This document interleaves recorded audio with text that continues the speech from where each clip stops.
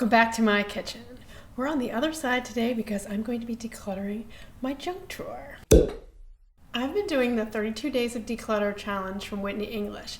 I will link her Instagram page below where you can find the details about this. There are a million different declutter challenges on the internet, and the great thing about them is if you're just looking to tweak a little bit and you just need to think like, what area can I work in today? The goal of this one is to get rid of at least 3 things every day, and so some days I get rid of a lot more.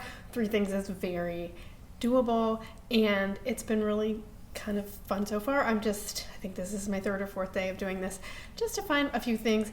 Don't have to really overinvest a ton of time in it, so that's great. Let's get started. I'm gonna change the camera angle and you're gonna see what's down there. And here is my junk drawer. I did a big organize a few years ago where these are actually boxes that I use for shipping. I kind of made them into little bins in the drawer and they seem to be working, so I think I'm gonna keep that. Let me see what's in here. I have this menu, which I don't know where else to put, which is funny, because we don't order a lot of things from menus, and I don't think my son has ever ordered from here, but they do deliver, and he likes their food. Have some weird stuff, like elastics for braces. My daughter hasn't worn braces in a couple years.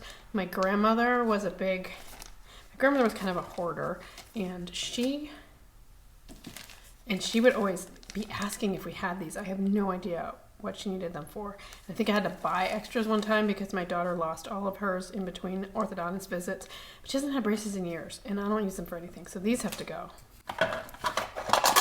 Oh, this is a part of a broken ice maker in my door, and I can't get it on. I think it's like broken, but it also but the whole thing stinks. I think I just need to replace it.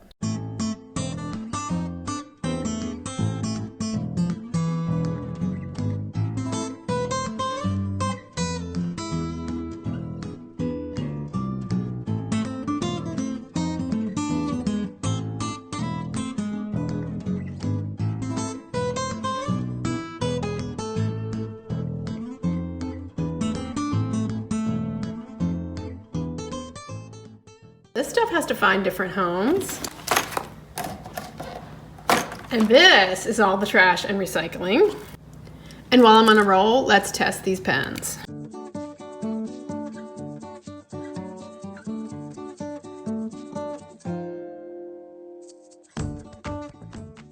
This is one of the notepads that I sell in my shop, and the paper is so thick.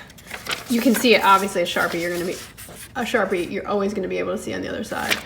But it actually did not bleed through to the next page. So here is our finished junk drawer. Batteries, pens, command adhesive, other small hardware, tools, matches, and the stinking menu. A lot of organizing experts argue with the idea of even having a junk drawer, and I could reframe mine as a utility drawer, but where would I keep that menu? I don't know. I kind of don't mind having a small catch-all. What do you think? Do you have a junk drawer? If you're new to my channel, I'd love to see you again, so click subscribe below. See you soon. Just a quick word from future me, because I shot this video like a year ago and I'm posting it now, but I need to watch it myself, because let's go look at my junk drawer. I watched this video before I was getting ready to post it, and when I saw the before, I thought that was the after, because look where we are now. Ah! It is just never ending with junk drawers, isn't it?